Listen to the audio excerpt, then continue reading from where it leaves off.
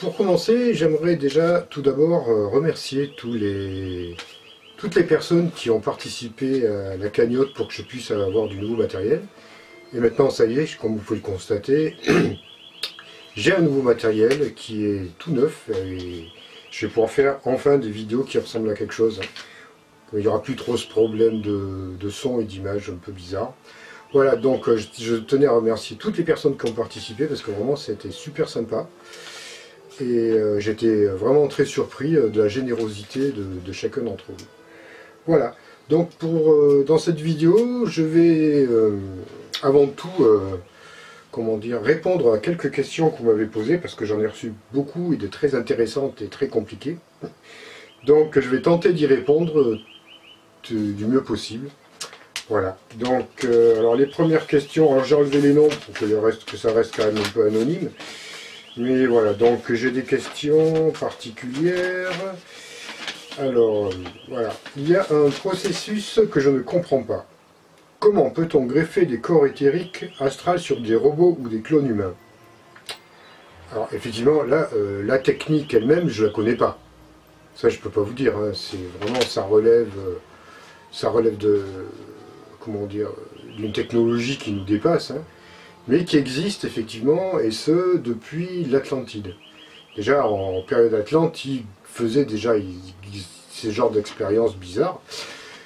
Donc, techniquement, je ne peux pas vous dire, mais ça existe, effectivement. Les êtres du gouvernement mondial ont ça. Et l'autre fois, j'avais un peu cette réflexion, je me suis posé la question si, par hasard, les fameux Man in Black ne seraient pas justement ce genre de créatures, enfin de personnages. Je ne sais pas, mais ça pourrait y ressembler parce qu'on a remarqué quand même dans les affaires d'hommes en noir, qui sont liées aux extraterrestres, hein, aux observations, on a remarqué qu'il y avait une attitude qui semblait robotique chez certains de ces êtres. Donc peut-être effectivement que ça serait aussi du genre de créatures comme ça, créées par certaines races extraterrestres. Donc voilà, notre question, je ressens une certaine affinité envers les êtres de la nature, et j'aimerais savoir ce que vous voulez dire en disant prudence avec les faits, sur nous, surtout pour nous les hommes. Ouais, alors, oui, donc ça j'avais déjà répondu à la personne en privé, mais bon, je vais quand même répondre. Oui, ce que je dis, c'est que, quand je dis prudence pour nous les hommes, c'est-à-dire que les fées, en tant que telles, ce sont des créatures qui ont un charme et une beauté inouïe. Et il arrive lors de la danse la ronde des fées, c'est déjà arrivé qu'il y a des personnes, des humains, qui rencontrent des fées. Et qu'il y a des unions qui ont lieu, parce que les fées tombent facilement amoureuses des humains, et un être humain va aussi, comment dire, risque de tomber aussi amoureux d'une fée. Ça peut se faire, il y a des unions qui se font, et il y a même des enfants qui se créent, des enfants hybrides qui se créent à ce niveau-là. Je sais, ça paraît assez fantastique, mais c'est le cas. Donc dans ces cas-là, ce qui risque de se passer, c'est qu'on peut vivre, voilà, la personne humaine va vivre une histoire fabuleuse avec une fée, et si par hasard, qui peut durer par exemple le temps d'une nuit, hein, pas forcément plus, mais voilà, le temps d'une nuit, comme il va translater, il va passer dans une autre dimension quand il va rencontrer la fée, et ce problème c'est que c'est pas le même espace-temps. Ça fait que quand il voudra réintégrer, quand il va quitter cette espèce de vortex, ou de cette zone dimensionnelle où résident les fées, quand il va vouloir revenir dans sa dimension, dans la troisième dimension, il est fort possible pour qu'il se soit écoulé de nombreuses années. Donc ça risque d'être énorme à ce sujet-là. Voilà. Donc là j'ai une autre question.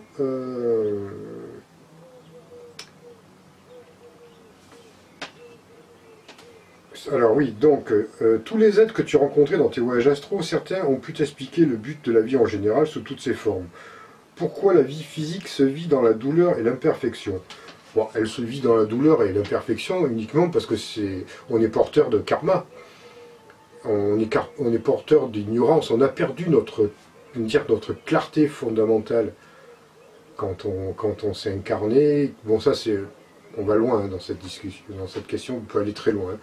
Mais en gros, je vais vous expliquer, c'est simplement parce qu'on a perdu notre origine, on va dire, divine, et on est perdu dans ce qu'on appelle l'océan du samsara, où on se crée des karmas, des karmas négatifs par notre ignorance, qui fait qu'on se retrouve dans des... Voilà, pour comprendre et retrouver notre état originel, on passe par des vies qui sont parfois très douloureuses, mais c'est aussi facteur d'évolution, la douleur, quelque part, hein, malheureusement encore sur Terre. Mais c'est seulement lié à un karma, hein, tout simplement. Alors, une autre question.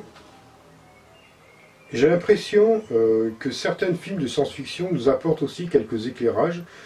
Je pense à Interstellar, Matrix, etc.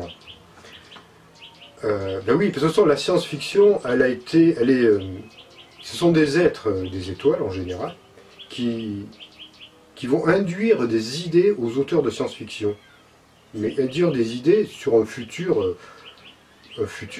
pour être le futur, mais ce sont sur des choses qui existent déjà quelque part. Donc la science-fiction, ou du moins l'anticipation, parce que c'est aussi, ça irait très bien, c'est vraiment des guides pour nous montrer ce que pourrait être l'avenir, sur des choses qui existent déjà, quelque part, dans d'autres systèmes solaires, sur d'autres planètes ou dans d'autres dimensions. Alors j'ai une autre question.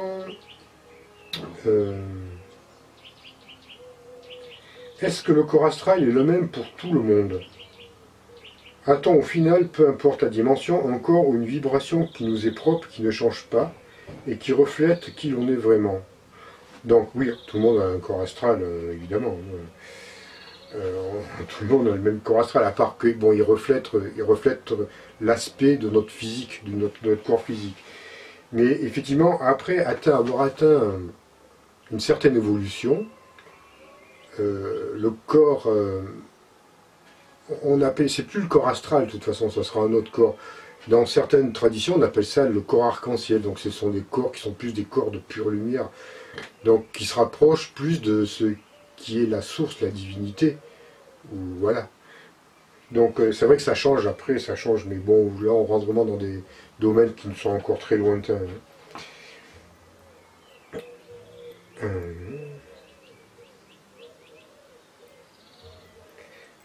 Dans le corps physique, les souvenirs et actions sont stockés en partie dans le cerveau, mais lors des sorties astrales.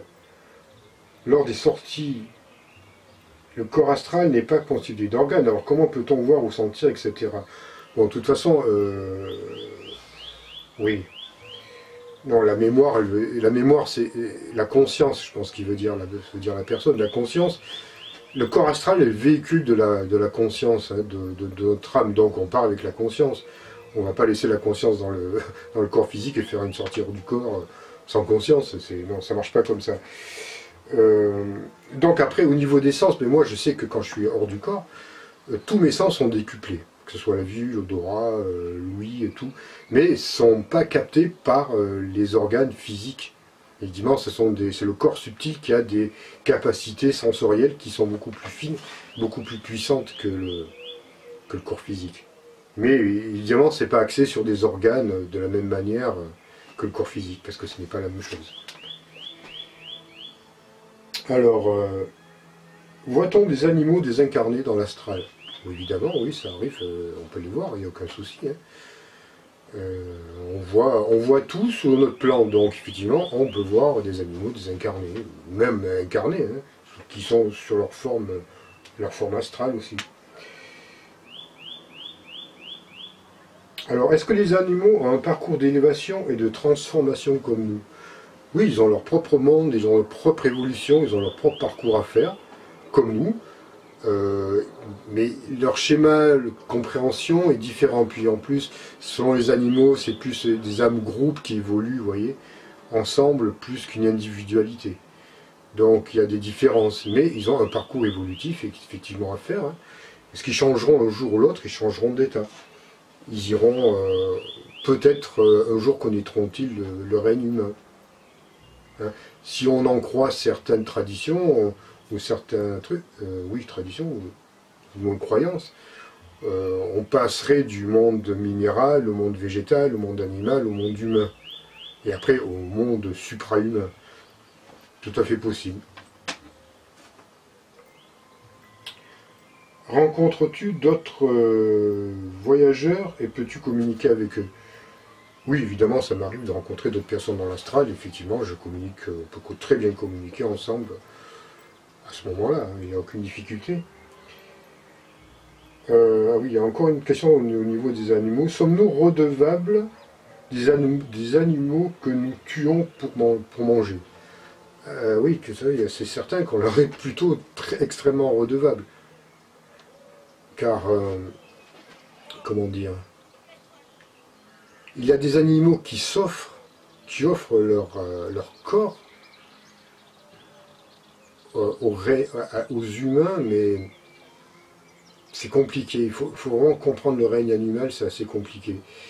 Mais quoi qu'il en soit, on leur est évidemment extrêmement redevable. Et on doit les remercier, et puis on doit aussi arrêter de manger de la viande, ça serait très bien. On peut devenir tous végétariens, ça serait bon pour nous, pour les animaux et pour la terre. Là, je pense que tout le monde est d'accord. À l'identique, as-tu rencontré des êtres très évolués et avez-vous échangé? Mais quel était le type de langage? Quel type de langage? Car si le voyageur ne parle pas la même langue que toi, dans l'astral, comment peux-tu le comprendre? On parle par télépathie dans l'astral, donc il n'y a plus de barrière de langue. Ça n'existe plus, il n'y a plus aucun souci à ce niveau-là, tout se fait par télépathie. Donc on reçoit les informations, une voix qui résonne dans notre tête, on comprend tout. Et c'est très simple en fin de compte, il n'y a plus de... C'est même des fois des schémas, on va dire, c'est même des fois des sensations, pour traduire plus qu'une pensée, plus qu'une parole. Ça peut aller beaucoup plus loin même que la simple télépathie. Alors là, j'avais une question sur le nouvel ordre mondial. Tu décris très bien la différence entre les reptiliens et les petits gris, ok. Mais comment tu décris ce qui compose le nouvel ordre mondial? Alors le gouvernement mondial, il est composé, c'est spécial, il est composé de, on va dire de... Bon, vous les connaissez, de toute façon, vous les trouvez sur Internet, vous les trouvez. Il y a les corporations comme... les industries pharmaceutiques, les industries d'armement, les groupements économiques, les Bilderberg, le Foreign Office, le CFR, le Club de l'Horloge, le Club de Rome, tout ça, ça fait partie du gouvernement mondial, le Vatican évidemment, le Mossad, la CIA, la NSA, tout sont des organismes qui sont gérés par le gouvernement mondial. Après, il n'y a pas un gouvernement avec un président et des ministres à ce niveau-là. Il faut les voir comme des êtres qui sont quand même différents de l'humain classique. Ils ont d'énormes capacités, j'en ai déjà parlé, et ils peuvent aussi résider dans un espace-temps différent. Mais voilà, après la mafia fait partie aussi quelque part des êtres du gouvernement mondial. Tous ces organismes, il y a les 100 familles, on en parle. Vous faites des recherches sur Internet, vous verrez de quoi il est composé. Mais subtilement, il est beaucoup plus... il y a quand même quelques personnes à la tête de ça ils s'échangent les informations, ils s'échangent leur boulot. On peut les retrouver un peu partout, dispatchés dans le monde, hein, ces êtres-là. Donc, mais ils œuvrent ensemble pour leur propre compte. Hein. Voilà, donc là je pense que j'ai répondu à peu près à toutes les questions. Oui, il y a d'autres questions qui... Ah oui, on parlait aussi dans une vidéo, je parle de l'anéantissement des 3/4 de l'humanité. Oui, bon, écoutez, on me demande à quelle époque ça va arriver, ça. Alors, ça arrivera peut-être pas du tout, jamais. Hein. Moi, je pense pas que ça arrive. Ce que j'ai vu, c'était des probabilités. Non, où l'humanité serait désintégrée, enfin, du moins, passerait dans l'équivalent de chambre à gaz, mais 1000 fois plus élaboré. Mais ça fait partie de leur plan, évidemment. Ils ont essayé par plusieurs plusieurs occasions de mettre tout ça en place, mais à chaque fois, ils ont été contrecarrés. Et puis il suffit, nous, de ne pas rentrer dans le jeu, dans leur système, et ça ne marchera pas. Donc il n'y a pas de date définie, ça peut se passer demain ou après-demain, ou dans 6 ans ou jamais. Donc il faut garder notre vigilance, il faut garder, et puis retrouver notre force, notre puissance intérieure. On a la capacité de les neutraliser, ces êtres-là. Donc il ne faut pas en avoir peur. Moi je suis optimiste, je vous dis tout de suite, je pense qu'ils échoueront, ils sont en passe d'échouer. Mais ils continuent, eux, ils continuent leur chemin. Bon, ils ont passé un peu, ils essayent, vous voyez, de nous remettre encore une couche de contrôle. Hein. C'est eux qui contrôlent les épidémies, les vaccins et les climats. Hein. Donc ils peuvent provoquer des épidémies, ils peuvent provoquer des catastrophes sur le plan climatique.